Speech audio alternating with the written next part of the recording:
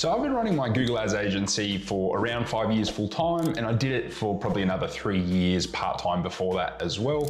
Generated well over 200 million in Google Ads only sales for e-commerce businesses, and along the way I've made plenty of mistakes. So in this video I wanted to talk to you a bit about how I would have approached things differently and the mistakes I made and how you can avoid doing them, and so you can kind of get a leg up and be ahead of where I was quicker.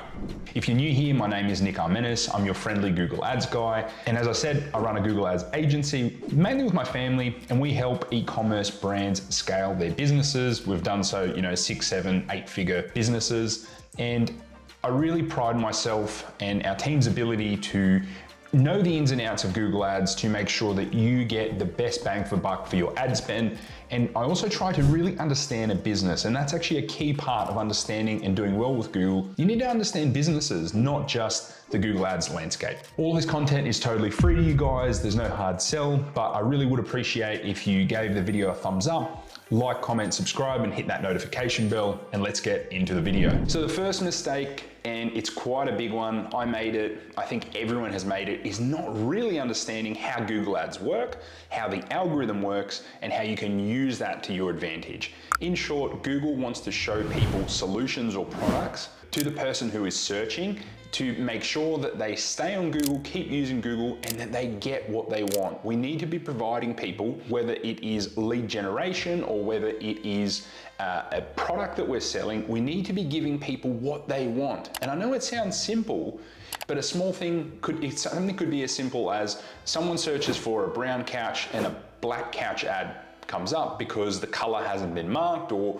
you haven't added brown into the title. And so you're not presenting the person with the best possible solution to what they're looking for.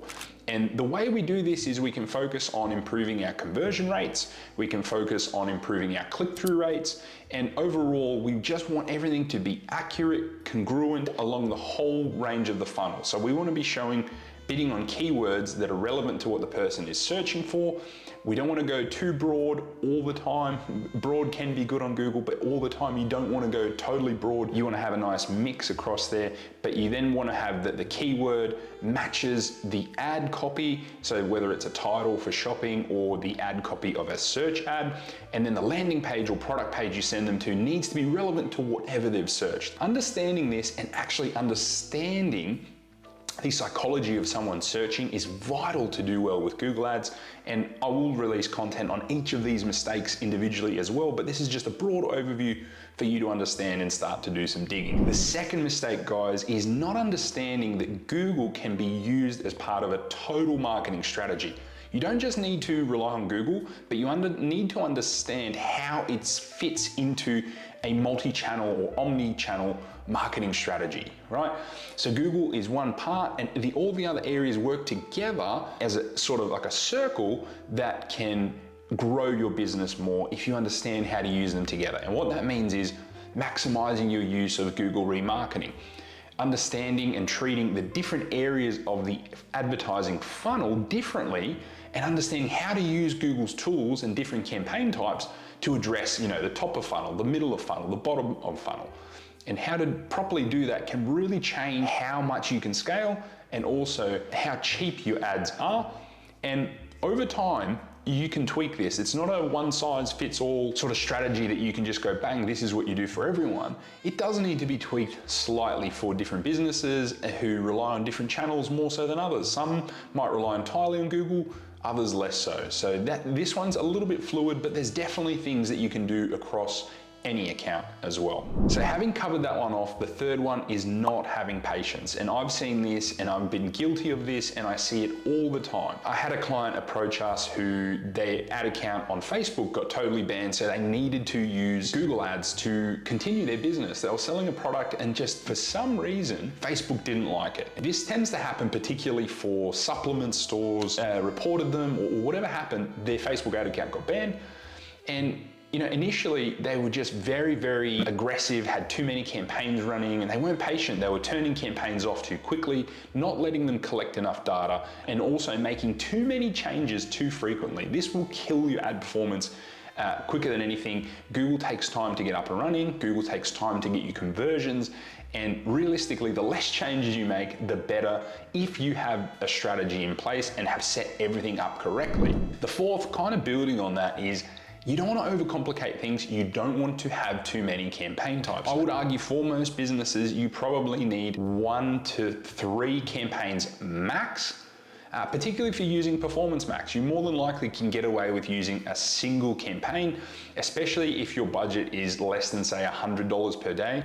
You definitely don't want to be spreading that budget too thin across too many campaigns and areas, because you got to remember, when you only have a $100 per day budget, that's getting split across all the areas that you're targeting, all the products, all the keywords, all the locations. So when you think about it like that, you also need to have a decent budget if you're going really broad, and actually narrowing things in sometimes can help improve you really well. But my biggest point is, don't have too many campaigns, don't overcomplicate things, don't try and do too many things at once. Focus on what's going to matter and make the biggest impact, and then build on that over time. Number 5 is not having a deep understanding of how conversion tracking works, what it is, and attribution. To understand this, you need to understand that Google relies on the data we feed it. So when we go, hey, a conversion has occurred, someone made a purchase for $500, it gets that information. If you're using Google Analytics, it's going to send that to Google Analytics, it's going to send it to Google Ads, and it's going to go, hey, a conversion occurred. Understanding how the conversion exactly is tracked,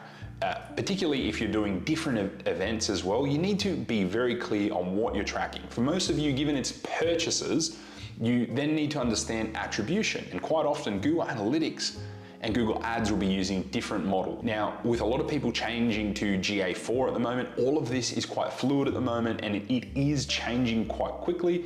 And the long and the short is that you need to understand as well, to add even more complication to it, is that attribution will never be perfect, because it's impossible to say where a sale came from 100%.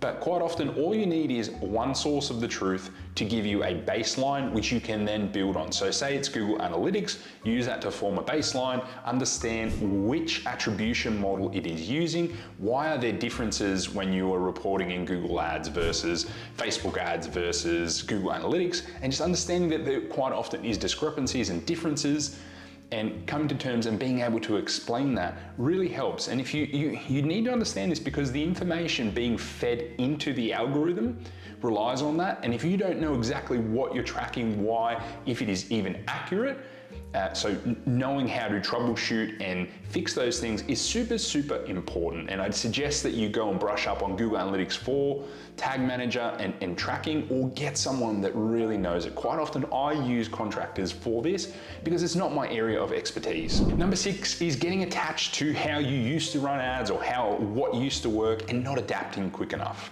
So while it is a game of patience, Google Ads, you do need to try and get on quick any new features that come out, because quite often that's what is going to stick. So, smart shopping for ages was not good, but if you didn't jump on it, you probably missed out on some sales for a lot of businesses. Same with Performance Max, same with, the switch to broad match more so than anything at the moment.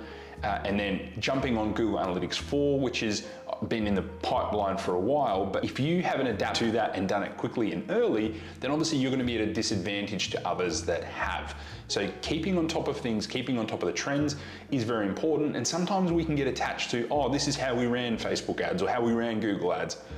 Things do change, don't overcomplicate it, but do try new things, particularly when they're big features that Google is pushing.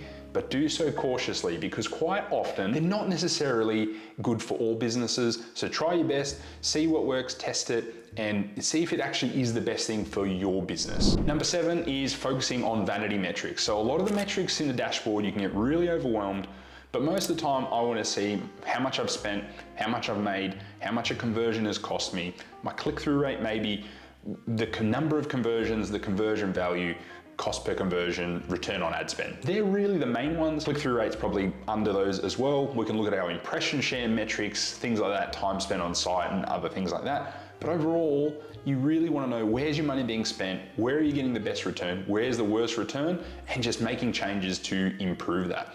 Big part of this is trend analysis. You need to be able to spot trends.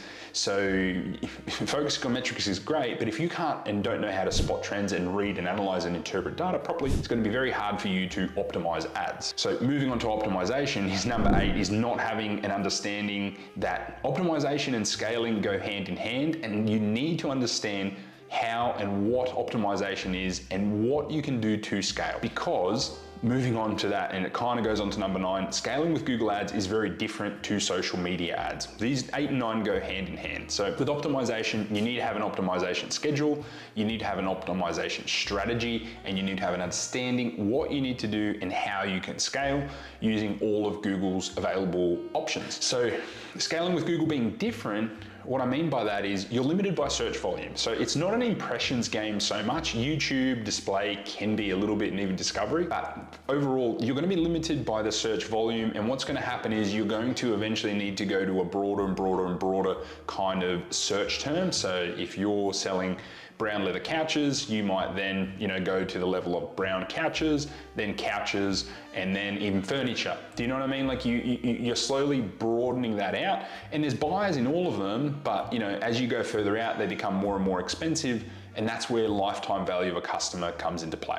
Okay guys, so that is the video. I hope you've enjoyed this video as much as I did preparing it. Just a couple of tips and tricks that I wish I knew 8 years ago, and I think that they will help you. They definitely would have made my Google Ads journey easier. Now, before we go, if you want to know exactly how to set up Performance Max campaigns, I will leave a link to a new playlist I've created just here and below here. And remember, hit that like button, hit the subscribe button and the notification bell so that you're the first to know of any new video that I release. Definitely going to be coming out weekly and more from now on. I've actually employed some help to help me put out videos faster. Thank you so much, guys, and I will see you in the next video.